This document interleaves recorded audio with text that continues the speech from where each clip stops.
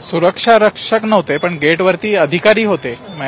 Ticket collection centre होतं, ticket घेण्यासाठी centre होतं आणि तिकीट चेक करण्यासाठी पण दारावरती लोक होती. त्यामुळं ते सोडून इतर सुरक्षा रक्षक नव्हते.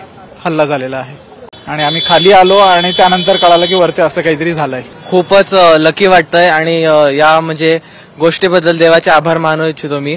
पहलगाम येथे झालेल्या दहशतवादी हल्ल्यानंतर अनेकांच्या मनात खरं तर धास्ती आहे.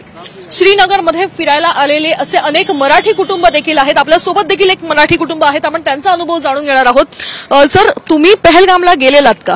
पहलगामला मी काल गेलो होतो. पहलगामच्या बैसरन व्हॅलीमध्ये आम्ही जस्ट काही मिनिटं आधी तिथे होतो आणि आम्ही खाली आलो आणि त्यानंतर कळालं की वरती असं काहीतरी झालंय. त्यावेळेस असं सिच्युएशन वेगळीच होती, शब्दात वर्णन करण्याजोगी नाहीये. पण जस्ट आम्ही खाली आलो आणि कळालं की वरती हल्ला झालेला आहे. पण तुम्ही काही वेळापूर्वीच तिकडे होतात, एक टेन्शन आलं होतं. काय नेमकं वाटतंय सध्या आता? कारण तुम्ही अर्धा तास अगोदर तिकडे होतात, मात्र आज तुम्ही वेगळ्या दिशेला आहात. अनेक पर्यटक त्या ठिकाणी अडकले, अनेक पर्यटकांचा दुर्दैवी मृत्यू देखील त्या ठिकाणी झालेला बघायला मिळाला. खूपच लकी वाटतंय आणि या म्हणजे गोष्टीबद्दल देवाचे आभार मानू इच्छितो मी. आणि तिथे अडकलो नाही आणि आम्हाला आधी पण असं झालं की थोडंसं नेगोशिएट करण्यामध्ये किंवा वेळ गेला आणि तो जर वेळ आम्ही लवकर आलो नसतो तर आम्ही नक्कीच तिथं असतो. ताई, काय सांगाल? कारण की जी बातमी आपण बघितली 24 तासापूर्वी किंवा ज्या पद्धतीचा अटॅक दहशतवादी काल बघायला मिळाला, अगदी पर्यटकांवर गोळीबार त्या ठिकाणी केला, अनेकांचा मृत्यू झाला त्या ठिकाणी आणि त्याच ठिकाणी तुम्ही अर्धा तास अगोदर फक्त होता, आज तुम्ही वाचलात. By God's grace we are very safe आणि वी वर लकी. आणि अर्थात आम्ही वाचलो म्हणजे खूप चांगलं झालं असं नाहीये. जे कोणी तिथे अपघातात निधन पावलेत त्यांच्याबद्दल खूप वाईट वाटतंय. म्हणजे आम्ही नाही म्हणून बरं झालं असं नाहीये. ज्यांच्याबद्दल हे घटना घडल्या त्यांच्याबद्दल खूप वाईट वाटतंय.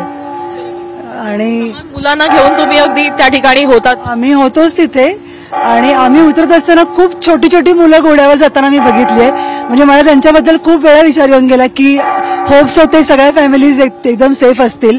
म्हणजे मला ज्या घोडेवाल्याने ड्रॉप केलं त्याच्याबद्दल सुद्धा मला वाटतंय की तो सुद्धा परत आलाय की नाही किंवा तो सेफ आहे की नाही माहित नाही. कारण तिथे खूप घोडेवाले, खूप टुरिस्ट, खूप गर्दी होती तिथे एकतर. आणि ती जागा एकदम एंट्रन्स खूप नॅरो असल्यामुळे तिथे चिखल होता आणि खूप गर्दी झाल्यामुळे सगळी अशी म्हणजे गडबडच चालू होती ऑलरेडी तिथे. आता आलं नसेल का अनेकांना? कदाचित असं झालं असेल किंवा ते चिखल्यामुळे बरेच जण घसरले असतील, पडले असतील. म्हणजे तो एक वेगळाच प्रकार काहीतरी अजून तिथे घडला असणार आहे, ज्याच्यामुळे सुद्धा लोक जखमी झाली असतील. सर, बघायला गेलं तर त्या ठिकाणी खूप सारे पर्यटक होते, पण असंही म्हटलं जाते की सुरक्षा रक्षक त्या ठिकाणी नव्हते. तर होते की नव्हते नेमके सुरक्षा रक्षक? सुरक्षा रक्षक नव्हते, पण गेटवरती अधिकारी होते. तिकीट कलेक्शन सेंटर होतं, तिकीट घेण्यासाठी सेंटर होतं आणि तिकीट चेक करण्यासाठी पण दारावरती लोक होती. त्यामुळं ते सोडून इतर सुरक्षा रक्षक नव्हते. आपण बघतोय की ही मराठी फॅमिली, महाराष्ट्रातील फॅमिली जी आहे ती त्या ठिकाणी उपस्थित होती ज्यावेळेस हा पहलगामचा दहशतवादी हल्ला झाला. त्याच वेळेस हे कुटुंब त्या ठिकाणी उपस्थित होतं. अर्धा तास अगोदर फक्त त्या ठिकाणून निघालं होतं आणि आज नशीब खरं तर बलवत्तर असं खरं तर म्हणतायत. देवाचे आभारही मानताना बघायला मिळत आहेत. मात्र त्या ठिकाणी जे मृत्युमुखी पडले आहेत त्यांना या ठिकाणी श्रद्धांजली देखील देताना बघायला मिळत आहेत. महाराष्ट्रातील सर्व बातम्यांचे विश्वासार्ह व्यासपीठ. सकाळच्या सर्व सोशल मीडिया प्लॅटफॉर्मला लाईक, फॉलो आणि सबस्क्राईब करा. तसंच सर्व नोटिफिकेशनसाठी बेल आयकॉन प्रेस करायला विसरू नका.